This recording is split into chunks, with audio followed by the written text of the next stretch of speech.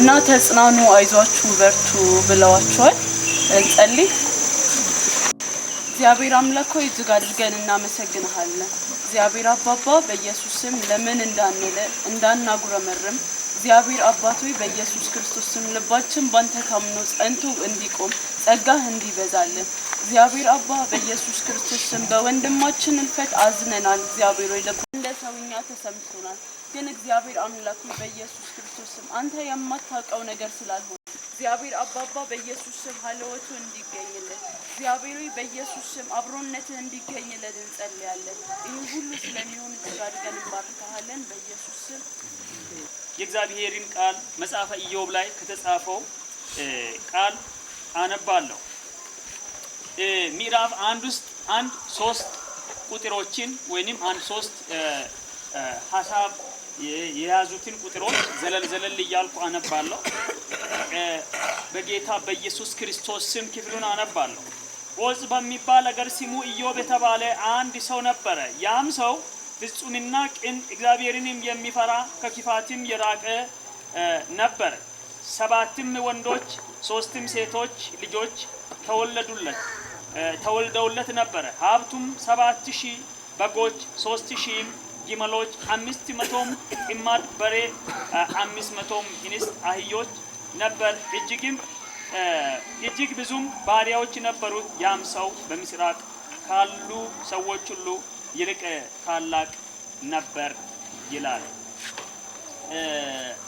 እንዲሁም ቁጥር 21 ላይ አልፌ እናገራለሁ ወይንም ያለውን ቃል አነባለሁ። ተነሳ መጎናጸፊያውንም ቀደደ፣ ራሱንም ተላጨ፣ በምድርም ላይ ተደፍቶ ሰገደ፣ እንዲህም አለ ራቁ ይመለሳለሁ። እግዚአብሔር ሰጣ፣ እግዚአብሔርም ነሳ። የእግዚአብሔር ስም የተባረከ ይሁን። በዚህ ሁሉ ኢዮብ አልበደለም፣ ለእግዚአብሔርም ስንፍናን አልሰጠም ይላል። አለፍ ብዬ አሁንም አነባለሁና ቁጥር 9 አካባቢ ላይ 7 አካባቢ ሰይጣንም ከእግዚአብሔር ፊት ወጣ፣ ኢዮብንም ከእግሩ ጫማ ጀምሮ እስከ አናቱ ድረስ በክፉ ቁስል መታው። ስጋውንም ይፍቅበት ዘንድ ጋል ወሰደ፣ በአመድም ላይ ተቀመጠ። ሚስቱም እስከ አሁን የእግዚአብሔርን ቃል አጠር ባለ ሰዓት ውስጥ አቀርባለሁ።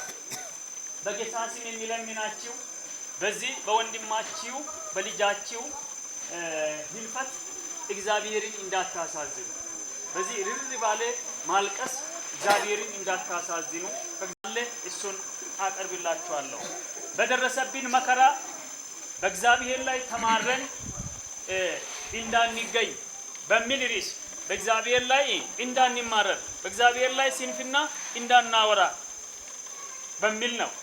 በማናይ በእግዚአብሔር ላይ የስንፍና ቃል እንዳናወራ ልንጠነቀቅ እንደሚያስፈልግ ነው ርዕሳችን የሚናገረው። ወይንም እኔ የሚናገረው በዛ አይነት ነገር ላይ ዖዝ በሚባል አገር በምስራቁ ዓለም እንደሆነ ነው። ይሄ መጽሐፍ ቅዱስ ቁጥር 3 ላይ የሚናገረው በዚያ በነበሩ ሰዎች ሁሉ ውስጥ ታላቅ የሆነ እጅግ ጥሩ የሆነ ሰው ያ የበረታ ሰው ስሙ ኢዮብ ይባላል። 4 ባህሪዮች አሉት። የሰው ስንት ባህሪዮች አሉት? 4። አንደኛ ባህሪዩ እግዚአብሔር የሚወደው ፍጹም ነው። እግዚአብሔር የሚፈልገውን ህይወት ይኖራል፣ በፍጹምነት ይኖራል። አይዋሽም፣ አይሰክርም፣ አይጨቃጨቅም፣ ፍጹም ነው። አይሰርቅም፣ ዲሃና አይበድልም። ቅን ነው ይሄ ሰው። ሁለተኛ ባህሪዩ ቅንነት አለው። እግዚአብሔር ፍጹም ነው፣ እግዚአብሔር ቅን ነው። እንዲሁም ደግሞ ማንንም ይፈራል። በሶስተኛ ባህሪዩ እግዚአብሔርን የመፍራት ባህሪ አለው። ከዚያም ደግሞ ከክፋት ሁሉ የራቀ ነው።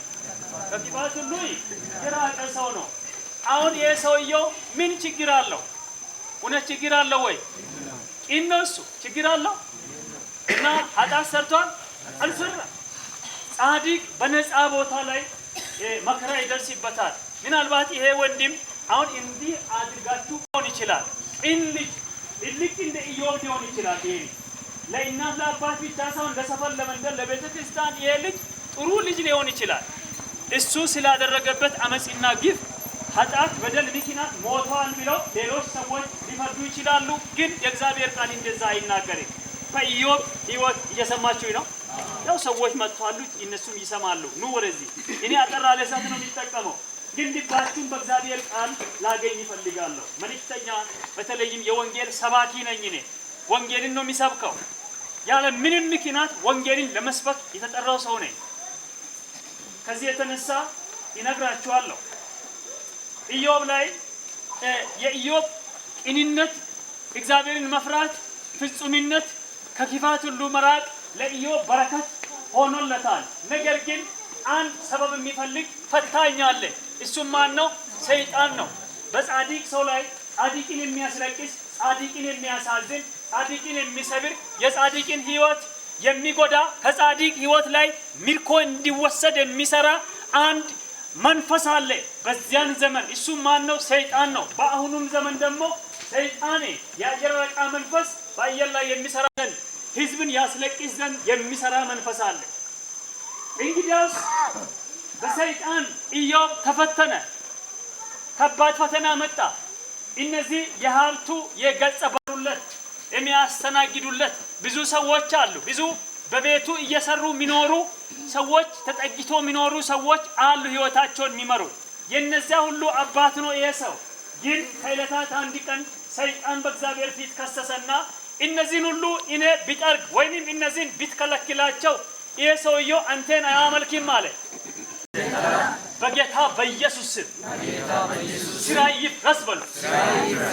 በእግዚአብሔር ፊት ሰይጣን ከሰሰና አንተ በበሬ በአህያ በግመል እና በብዙ ሰራተኞችና በብዙ ልጆች በ10 ልጆች በተለይ በሶስት ሴት ልጆችና በሰባት ወንድ ልጆች ስለባረኪ ነው አንተን የሚያመልክ የሚመስለው። መከራ ቢደርስ አያመልክም አለ። እዚህ ጋር ነው መልእክት አለው።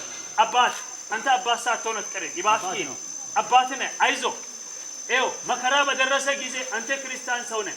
አሁን እግዚአብሔርን እንዳታማርር አይዞ ልጅ ሲሞት እኛ ቀልደን አይደለም። እናት አይዞሽ ወንድሞቼ አይዟችሁ እናቶች አይዟችሁ። ምክንያቱም በቃ ምንወደውን ምናመልከውን እግዚአብሔር ወዴት አለ እንድንል ሊያደርገን ይችላል። ግን እግዚአብሔር በሰማይ አለ የለም። ወንድማችን ብዙና ወደ ጌታ ቢሄዱ እንኳን በስጋ ቢለዩ እንኳን አሁን እግዚአብሔር አለ የለም አለ። እስኪ እጃችሁን አንሱና እግዚአብሔር አለ በሉ። እግዚአብሔር አለ። እስኪ መገኑ ምንድነው የምትሉት? በሉ በከምባትኛ እጃችሁን ከፍ አድርጉና ድምጻችሁን ከፍ አድርጉና መገኑ መገኑ ዮ ሀላለው መገኑ ዮ ገለቱ መገኑ ይኮ አሜን አንኒ ሚቶሬ ገለቱ መገኑ ይኮ ሲዳምኛ ነው። ይነትን ልጅ ይችላል ሺማ ሲዳም ጆራፋ ነው ሙዳፍራ እኔ ጆሬም በመከራችን ጊዜ አሁን ኢዮብ ልጆቹን ይወዳል አይወድም? ይወዳል። ሴት ልጆቹን አይወድም? ይወዳል። ወንድ ልጆቹን አይወድም? ይወዳል። በዚህ ላይ ሰይጣን መከራ መጣል ፈለገ። እግዚአብሔር ይገስጸው። አሁን እናንተ ልጃችሁን በጣም ትወዳላችሁ እኛም እንወዳለን። ግን መከራን ሰይጣን አምጥቷል እግዚአብሔር ጠርቷል የሚለውን አሁን ለጊዜ ተዋለሁ። ግን ጊዜው የመከራ ጊዜ ነው ለእናንተ። እኔ ጊዜ ላይ ነው ማወራው። ይሄ የመከራ አስለቃሽ ጊዜ ነው። ከባድ ጊዜ ነው። በከባድ ጊዜ በፈተና ጊዜ ከፈጣሪ ጋር ከአምላክ ጋር ከምናመልከው ጋር በሳጭ ያደርጋል። እግዚአብሔር እንድንሳደብ ያደርጋል። ስለዚህ እንዳትሳደቡ ከኢዮብ እንድንማር ነው። መልእክቴን እያገባደድኩ ነው። እንዲህ ነው መልእክቴን ማስተላለፍላችሁ።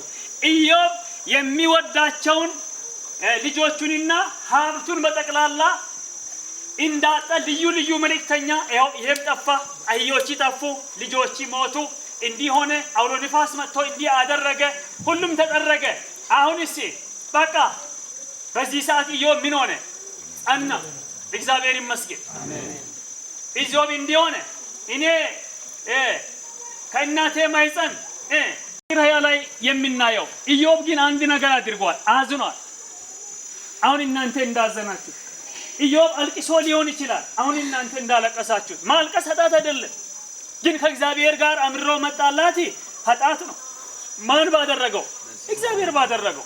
ስለዚህ እግዚአብሔር ሰጠኝ፣ እግዚአብሔር ነሳ እና ስሙ የተመሰገነ ይሁን ሚላሽ። ራሻ ጊዜ ልጆቹ እንደሞቱበት ላረጋገጠለት ለመልእክተኛ እንዲህ አለ፣ እኔ ከእናቴ ማይፀን የመጣሁት ኢዮስም በዚህ በታላቅ መከራ የተገረፈነት አንተ በመግለጥ ኢዮብ እንደተጽናና ኢዮብ እንደታገሰ ኢዮብ በመከራ ውስጥ አንተን እንዳልበደለ ሁሉ እግዚአብሔር ሆይ ቅንነቱን እና መልካምነቱንና አንተን መፍራትን እንደጠበቀ ወገኖቼ አንተን እንዲፈሩ ቅንነታንነት በውስጣቸው ላይ እንድታመጣ ጸልያለሁ።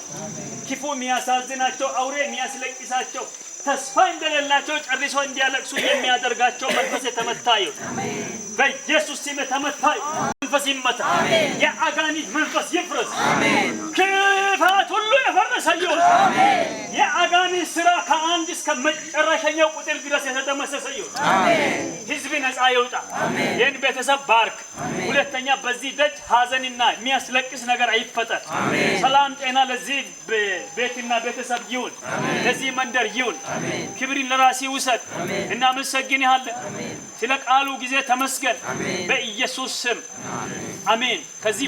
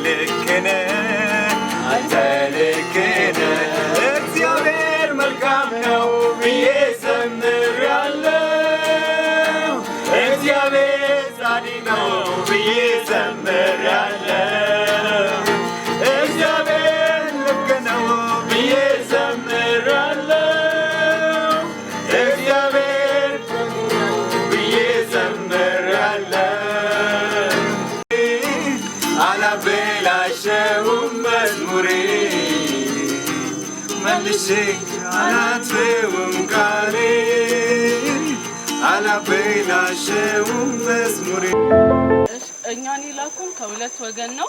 የሰፈር ልጆችና የብዙነህ ደሳለኝ ወንድም እጮኛ የሆነችው አስካል ናት የላከችን። የሰፈር ልጆች ቆንጂት ጡሙይቦ፣ ብሩክ ደራሽ፣ መለሰ ሊረንሶ፣ ጌታቸው ሊረንሶ፣ ተመስገን ሊረንሶ፣ ሰለሞን አብዮ፣ አክሊሉ ተከተል መንግስቱ፣ ታዲዮስ ደራሽ፣ ድንቁ ይፋ፣ መኮንን ጡሙይቦ፣ አማኑኤል ክፍሌ፣ ሞገስ መኩሪያ፣ ደረጃ ወሊቦ፣ ፍስሐ ጌታቸው፣ ጥላሁን መኩሪያ እነሱ ናቸው የላኩን። እነሱን ነው የምትመርቋቸው? አደራረጋችሁና አመጣጣችሁ ይሄ ቤተሰብ ልቡ እርግጥ ላልቷል። ይህን ለማጽናናትና አጠንክራችሁ ለማየት በእግዚአብሔር በኩልም በልጆቻችንም በኩልም ትልቅ በረከትና ጸጋ ይዛችሁ ስለመጣችሁ እግዚአብሔር ይባርካችሁ። እግዚአብሔር በረከትና ጸጋ አቅፎ ደግፎ ያቆያችሁ። እግዚአብሔር ደግሞ በግራና በቀኝ ያቅፋችሁ። ለእግዚአብሔር የሚዘምሩት መላእክት እናንተን ያጅቡ። በሰው ያሉትን ልጆቻችንን ደግሞ እግዚአብሔር ባሉበት ቦታ ግርማ ሞገስ ሆኖ ይጠብቃቸው። እናንተንም ይጠብቃችሁ። የመጣችሁት እንግዲህ በእግር ሳይሆን በመኪና ነው የመጣችሁት። መኪናውን ደግሞ ሰው የሰራ ነው፣ እግዚአብሔር አይደለም። በምትሄዱበት መንገድ ሁሉ እናንተ ከመጓዛችሁ በፊት እንቅፋትም ሆነ ሌሎች ሰይጣን የደበቃቸው ነገሮች ሁሉ ቢኖሩ እግዚአብሔር ፈነቃቅሎ እናንተን ደግሞ ያሳልፍ። ግርማ ሞገስ ይስጣችሁ።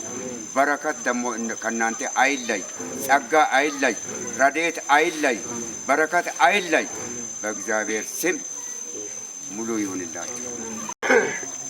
ይህን ቤት ለማጽናናት እርግጥ በጣም ነው ያዘኑት። ስለዚህ ይህን ሁሉ በማድረጋችሁ እግዚአብሔርን በመያዝ ነው ወደዚህ የመጣችሁት።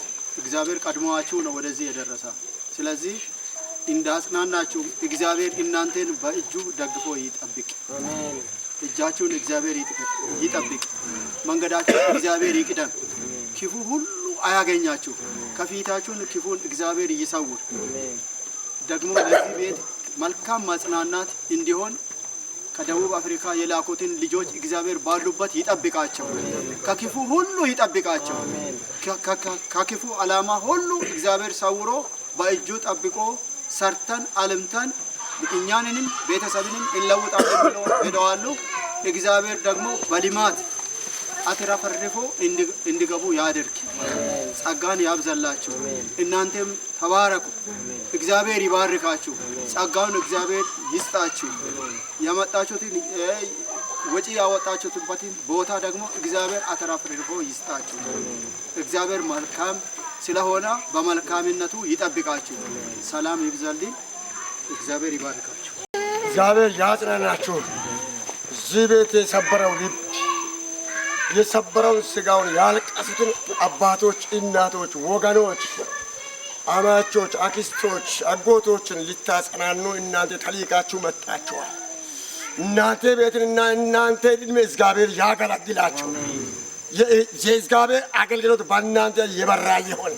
ሁሉ ቦታ የምትጠሩ የሆኑ ለዘላለም ተከበሩ። ጸጋ ለጸጋ ይጨምርላችሁ። ፈቃድ በሰማይ እንደሆነች እንዲሁም በምድር ሲሆን የዕለት እንጀራችንን ስጠን ዛሬ፣ በደላችንን ይቅር በለን እኛም የበደሉንን ይቅር እንደምንል፣ ወደ ፈተና አታግባን ከክፉ አድነን እንጂ መንግሥት ያንተ ናትና፣ ኃይልና ምስጋና ለዘላለም አሜን። የጌታችንና የመድኃኒታችን የኢየሱስ ክርስቶስ ጸጋ፣ የእግዚአብሔር ፍቅር፣ የመንፈስ ቅዱስ አንድነት ከሁላችን ጋር ይሁን።